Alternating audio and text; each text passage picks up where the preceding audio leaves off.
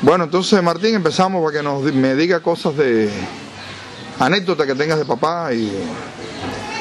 Mira, bueno, yo primero soy periodista.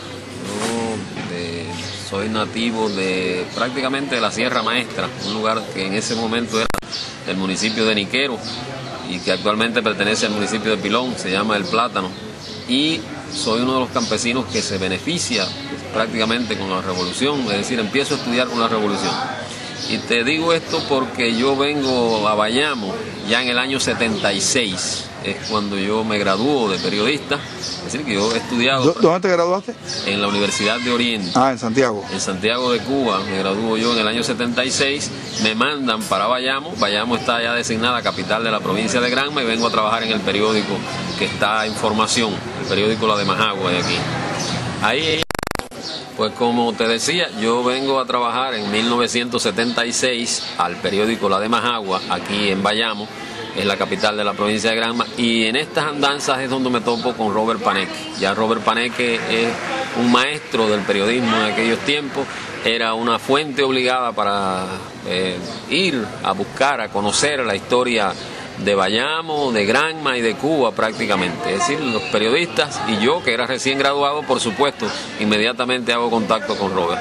Robert era un colaborador asiduo en ese tiempo del periódico, de la Radio Bayamo, y nos conocimos inmediatamente, simpatizamos mucho, me ayudó mucho con consejos, con materiales, con ideas sobre trabajos y con datos históricos. Él llegó a tener en ese tiempo, en esos años, una sección fija en el periódico La de Majagua, que recuerdo que se publicaba los domingos y era muy leída, era muy buscada aquella sección que, si mal no recuerdo, se llamaba De Ayer y de Hoy, algo así. Sí. Era toda una página donde él incluía hechos históricos y también algunas cosas sociales, de actualidades, de figuras que habían estado en Bayamo y de figuras que habían nacido en Bayamo. Es decir, una información muy completa, muy importante y muy buscada por todos los lectores. Era, digamos, la página refrescante del domingo del periódico. Y en estos andares es donde yo empiezo a intercambiar con Robert. Robert realmente era una biblioteca andante, era una gente muy informada y con mucha experiencia, porque era un hombre que había trabajado en el capitalismo, había hecho periodismo en circunstancias muy difíciles, había estado en una asociación cívica luchando por el rescate de Bayamo, por la reconstrucción de Bayamo. Bayamo había quedado destruida después de las guerras de independencia y prácticamente a finales del siglo XX, a mediados del siglo XX todavía estaba igual. Y Robert también había participado en las luchas revolucionarias, es decir, estaba incluido entre los combatientes de la clandestinidad, había colaborado mucho con el ejército rebelde y todo esto lo hacía un personaje muy atractivo. Y además de esa cultura que él tenía y ese interés de entregar sus conocimientos, de informar a las personas, de formar a las nuevas generaciones, de criticar lo mal hecho, era un hombre muy inquieto. Recuerdo que en el año 76, si no me falla la memoria, fue elegido delegado del Poder Popular, es decir, esos delegados de base, esas personas que propone la población los propone y después los elige. Ese es cuando empieza a... 96% de los votos. Con el 96% de los votos, me dices tú. Es decir, que se ve el prestigio que tenía. Era un hombre muy popular, muy conocido y muy querido. Así es que...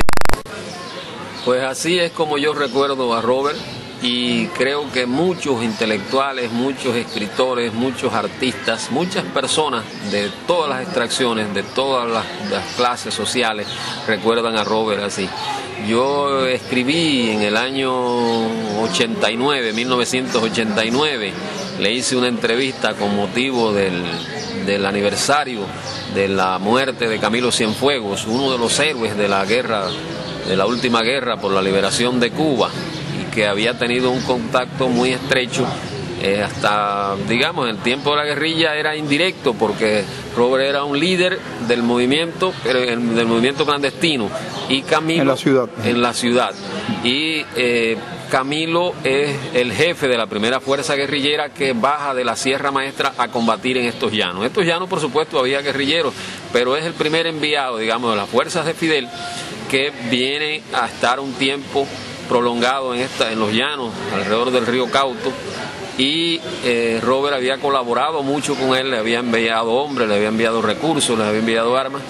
Y recuerdo, Robert Paneque me habló muy elogiosamente acerca de Camilo Cienfuegos. Camilo, por supuesto, era una figura muy querida, una figura muy prestigiosa y una figura de mucha simpatía. Y Robert tuvo el honor y tuvo la alegría de conocerlo. Él me decía que él recordaba a Camilo como una eterna primavera, con siempre sonriente, porque realmente lo vino a conocer personalmente en 1959, después del triunfo de la revolución. Tuvieron varios contactos aquí en la ciudad de Bayamo y en la ciudad de La Habana. Y esa entrevista a mí no se me olvida, por esa alegría que demostraba Robert al hablar de aquel héroe y por esa simpatía que demostraba hacia aquella figura que desapareció rápido, pero que dejó una estela de alegría, de amor a la patria, de entrega, de simpatía y de fidelidad. Ese ejemplo es el que yo recuerdo de Robert. Esa es mi imagen de Robert Paneque, y siempre lo veo, como te decía al principio, como un maestro de revolucionarios, un maestro de periodistas, un maestro de patriotas y un maestro de la entrega a la causa, de la fidelidad constante. Yo debo recordar también, debo decir en un momento como este, que yo llegué a preguntarle a Robert Paneque por qué con tanto prestigio, con tantas acciones, con tantos méritos que tuvo durante la lucha guerrillera, la lucha por la liberación, él se mantuvo aquí en Bayamo, y él me dijo que realmente fue una decisión personal de él. Él quiso mantenerse aquí, me dijo, quise ver la revolución desde su base, quise hacerla desde la base, no quise estar en las grandes decisiones, en los niveles nacionales de dirección, y no le faltaron ofertas. No, el Chelo vino a buscar y lo llevó a La Habana y regresó. Entonces eso me llenó más de simpatía, me llamó más la atención de Robert, porque era un hombre con mucho prestigio, con mucho conocimiento, con mucho mérito, y sin embargo se quiso mantener en la base, al lado del pueblo, al lado de los que construyen el país, con el día a día, con las contradicciones, con los problemas de la vida real, de la vida local.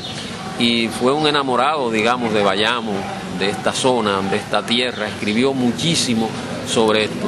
Eso me admiró. Incluso recuerdo también que cuando se crea un programa de la televisión cubana, que no recuerdo decir que el nombre tenía que ver con una cifra.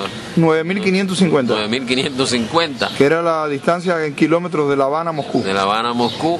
Él es el primer triunfador, y triunfa hablando sobre historia de Cuba. Es decir, que era un conocedor, era un maestro. De la guerra hispano-cubana, de la guerra de los 10 años contra España. Los 10 años, la guerra de Cuba contra España. La primera guerra por la liberación, que tiene su génesis y tiene su mayor tiempo de desarrollo, sus mayores acciones en esta zona, en todo lo que es actualmente la provincia de Granma. Robert triunfa y al final no hace el viaje a Moscú. No quiso montar en avión, no quería montar en avión. Dice que él no le interesaba montar en el avión. Él realmente tenía esa posición de no montar en avión, pero además no era su gran interés viajar, sino divulgar la historia. Era lo que más él quería. Y muy respetuoso con España y con la parte española del conflicto. Fue muy respetuoso. Por supuesto, Robert era un conocedor profundo de aquellos hechos, de la guerra de los 10 años y de la guerra del 95 y de todas nuestras guerras.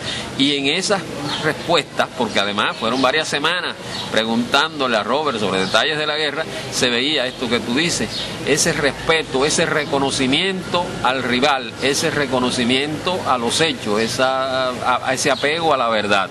Es decir, porque tratar de denigrar al combatiente español es decir que nosotros combatimos contra nadie, contra gente de menor importancia, y realmente no.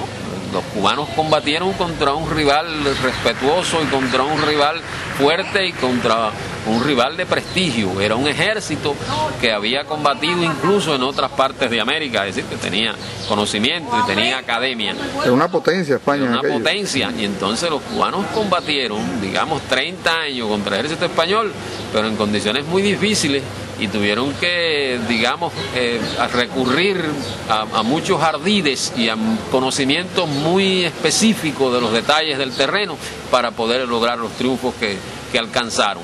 Y esto se vio en las respuestas de Robert, se veía este dominio, este conocimiento y este respeto, este enfoque realista de la historia, sin tratar de exagerar ninguno de sus detalles.